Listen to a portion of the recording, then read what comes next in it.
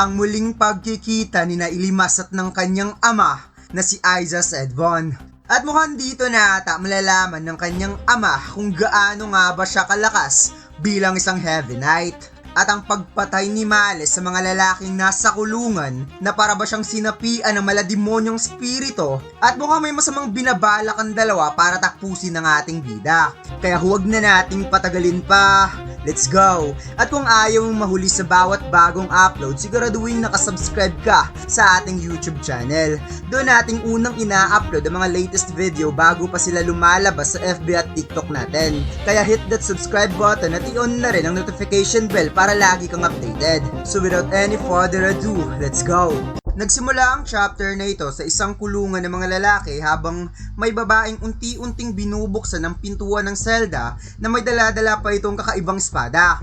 At ito pala ay si Malice Edvon mga lods, ang babaeng ipinalit kay Ilimas bilang future leader at tagapagmana ng kanilang pamilya. Napansin ng lalaki ang kakaibang espada na lumitaw sa harapan niya, ngunit huli na ang lahat dahil si Malice ay parang immoral lang namang walang nararamdamang kahit kaunting awa na pinatay ang tatlong lalaking walang kalaban-laban na makikitang ang mga nagsisitalsikang dugo ay halos ginawang blood painting ang buong dingding. Samantala makikita natin ang isang kamay ng lalaki na nanginginig habang pinagsasaksak at ini-slice ni Malice ang katawan nito. Biglang pinigilan si Malice ng isang lalaki na nasa labas ng kulungan at mayroon pala mga noble na pinapanood siya habang ginagawa niya ang karumal-dumal na karahasan na ito. At sinabi nga dito ng lalaki na tama na yan, Lady Malice. Tapos na ang life force transfer.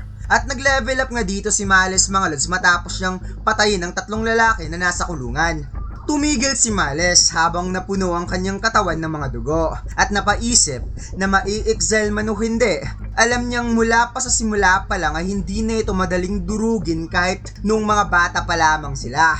At ito'y sinabi niya sa kanyang sarili kahit naririnig pa siya ng ibang noble sa labas ng kulungan na sa pagkakataong ito, inilaan niya ang lahat niyang oras upang dahan-dahan niya itong maitulak sa sukdulan. Aking minamahal, Munting Ilimas. At mukhang bagay na bagay talaga ang pangalan ni Malice sa kanyang karakter mga lods dahil napakamanising ng mukha niya at pati yung attitude niya. Pagkatapos lumipat ang eksena sa office ng ama ni Ilimas kung saan inis na inis siya sa balitang ginagawa daw ni Ilimas ang gusto nito sa lungsod ng Rondam. Tugon ng kanyang tauhan na si Thomas na hindi pa niya matiyak kung totoo ang mga balitang yon. Ngunit ayon sa mga usap-usapan, may isang taong kahawig daw ni Master Ilimas ang nakagagawa ng mga kahanga-hangang achievements doon sa Rondam. Inis na napawika ang ama ni Ilimas na alam niyang ginamit lang nito ang pangalan niya para takutin ang mga tauhan ng guild doon. At ngayong wala na ito sa pamilya, balak nitong dungisan ang pangalan ng pamilyang Edvon. Na sinabi pa niyang para sa kanya, si Ilimas ay isa lamang itong kaawa-awang reject sa pamilya. Ngunit magalang na tumugon ang tapat na tauhan ng ama ni Ilimas na para sa kanya, si Master Ilimas ay isa pa ring matalino at mabuting tao at hindi siya naniniwalang magagawa ni Ilimas ang ganoon kasamang bagay at hayaan sana siyang siya mismo ang mag-imbestiga, Master Aisas. Aisas pala ang pangalan ng ama ni Ilimas mga lods. Pumayag naman ang ama ni Ilimas sa gustong gawin ng kanyang tapat na tauhan na si Thomas at gusto rin niyang si Thomas mismo ang magpatunay kung ano talaga ang nangyari. At kapag napatunayan na ginamit ng batang yun ang pangalan ng kanilang pamilya, ipag-uutos niya kaagad na paalisin si Ilimas sa Adventurers Guild at pagbawalan itong muling makapagrehistro. At kung totoo ang lahat ng hinala nila, sasabihin niya mismo kay Ilimas na sa susunod na maulit pa ito, hindi siya magdadalawang isip na ipapatay ang sarili niyang anak. May biglang kumatok sa pintuan, kaya agad itong pinapapasok ni Master Aisas. At ito pala ay si Malice na narinig din ang usap-usapan patungkol kay Ilimas. Agad na pinapalapit ni Aisas si Malice at huwag daw itong masyadong formal sa kanya dahil ito ay kanyang anak. Si Malice ang tagapagmana ng kanilang pamilya at susunod na mamumuno sa pamilyang ito, kaya maaari siya nitong tawaging ama. Agad na sinabi ni Malice na narinig niya ang usapan ng kanyang ama at ni Thomas. At sa tingin niya, masyado daw itong naging maawain kay Ilimas at masyado namang kinakampihan ni Thomas si Ilimas. Sinabi ni Malice na para sa kanya, hindi sapat ang pagpapatalsik lang kay Ilimas sa Adventurers Guild. Kapag nawalan ito ng kabuhayan, mawawalan na rin ito ng paraan para mabuhay at hahantong lang ito sa pagiging desperado at magiging tulisan lang ito sa kabundukan. Kaya mas lalo lamang madudungisan ang pangalan ng kanilang pamilya. Kaya si Aizas ay napasabing naiintindihan naman niya ang sinasabi ng kanyang munting malis at sumasang-ayon siya dito. Ngunit ano nga ba talaga ang nais nitong ipahiwatig? Kung saan seryosong sinabi ni Malis sa kanyang ama na bakit hindi na lang sila mismo ang pumunta at obserbahan si Limas para mapatunayan nilang totoo ang mga nagawa nito. Sa ganoong paraan, ang ama niya na mismo ang makakakita at makakapagpasya kung ano ang nararapat gawin para kay Ilimas. Pagkatapos, lumipat ang eksena kung saan hindi makapaniwala itong si Limas na nakabili na talaga siya ng Fang of the Smoldering Insanity na skillbook item. Kaya sinabi ni Rosh na sabi ko sa iyo na ayos lang para maging ayos na ang lahat. At sa isipan ni Rosh ay sinabi niyang regalo niya yan para kay Sir Ilimas. At sinabi rin niya na huwag daw kalimutan ni Ilimas na binilhan rin siya nito ng Iron Purser Knife. Wika ni Ilimas na oo nga naman pero sobrang laki naman ng agwat ng presyo sa dalawa at binili lang niya ang Iron Purser dahil kailangan nila yun para talunin ng Golden Rana at alam din niya na mababawi lang nila agad yon.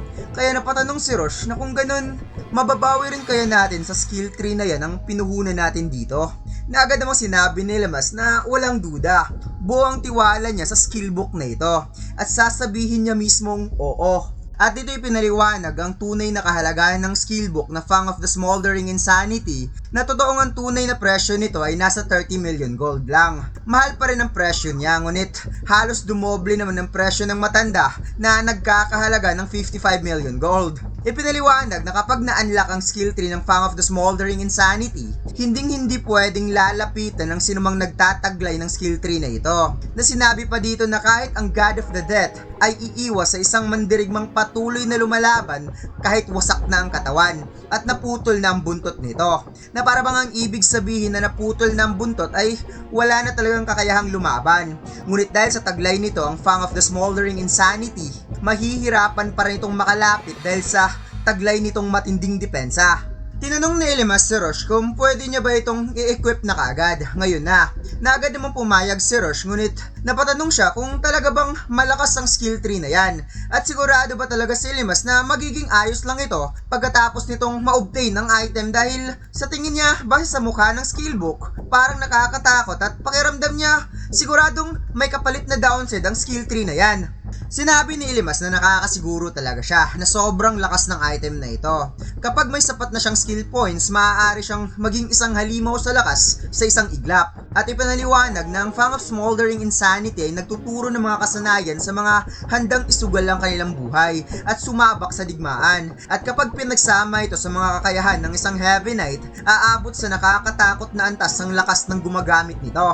Inalapat ni Ilimas ang kanyang kamay doon sa skillbook habang naka-on ng kanyang Windows status na may skill tree. At si Rosh naman ay napalunok ng laway dahil first time niya makakita ng ganitong event sa pag-equip ng isang skillbook. Kung saan habang nag-uumapaw ang magic sa kamay ni Ilimas at sa skillbook, minaiging in-extract ni Ilimas ang kapangyarihan ng skillbook papunta sa kanyang Windows stats system. At sinabing ang skill tree na buburahin niya ay ang defense booster. At dito na nga nagsimulang kunin ng buong system ang buong kapangyarihan ng skill tree at inabsorb ang lahat-lahat pati ang buong libro.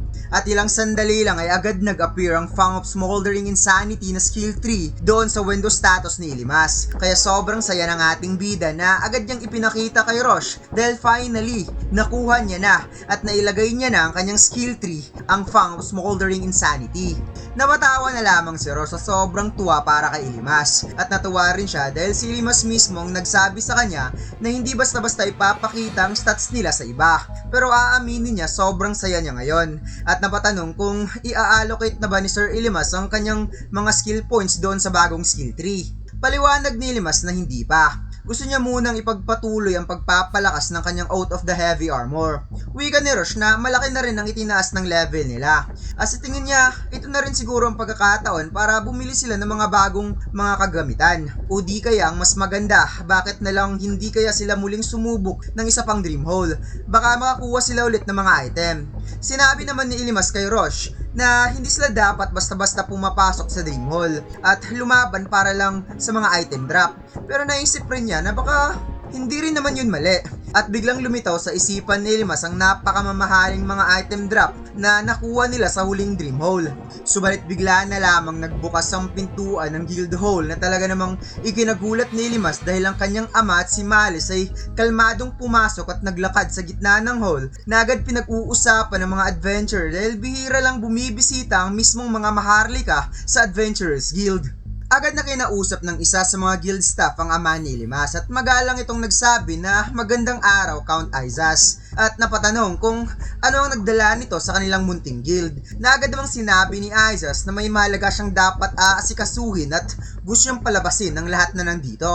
Nabigla ang guild staff sa sinabi ng ama ni Limas kaya sinabi niyong paumanhin po Count Aizas. Bakit hindi na lamang sila pumunta sa isang pribadong silid sa likod kung saan inis na sinabi ni Aizas na bingi ka ba? Palabasin mo ang lahat dito ngayon din. Agad na sinabi ng guild staff sa lahat ng adventurer na sarado ang guild ngayon. Lahat ng adventurer lumabas muna. Habang si Ilimas naman ay agad na sinabi kay Rosh na umalis na sila kaagad dito at dapat hindi sila makatawag ng pansin. Pumayag naman si Rosh ngunit habang papalis na sila, hindi niya mapigilan ang kanyang sarili na mapatingin kay Aizas. Dahil sa pagkakaalam niya, isang tanyag na maharlika itong si Count Aizas. Kung kaya't napasabi na lamang siyang hindi talaga maganda ang reputasyon ng Edvon family sa mga ordinaryong tao. Sobrang bigat ng kanilang presensya at nakakatakot pa. Habang si Limas naman ay napaigting nang narinig ang sinabi ni Rosh. Biglang pinigilan ni Aizas ang dalawa na sila lang dapat ang maiwan sa loob ng guild hall. Kaya si Rosh ay parang nakakita ng multo sa sobrang gulat dahil sa dami ng adventure sila pa ang nakita. Kaya lubos siyang humingi ng sorry at nagmamakaawa pa siya dahil sa mga sinabi niya kanina. Kalmado namang sinabi ni Limas na huwag kang mag-alala Rosh. Dahil ang tanging gusto nilang makausap ay ako. Kung saan sa wakas, finally, muling nagkita mag-ama at mukhang dito ata mapapatunayan ni Limas ang kanyang kakayahan bilang isang Heavy Knight na siguradong pagsisisihan ng kanyang ama kapag nalaman kung gaano talaga siya kalakas. At dito lang nagtatapos, mukhang bukas pa talaga ako makapag-upload ng 2 chapter mga lods. Kala ko 8 minutes lang, ang haba pala ng chapter na to. At least early tayo ngayon. Kaya huwag mo sana kalimutan mag-like, comment at mag-subscribe sa ating YouTube channel at mag-follow sa ating Facebook page. Salamat!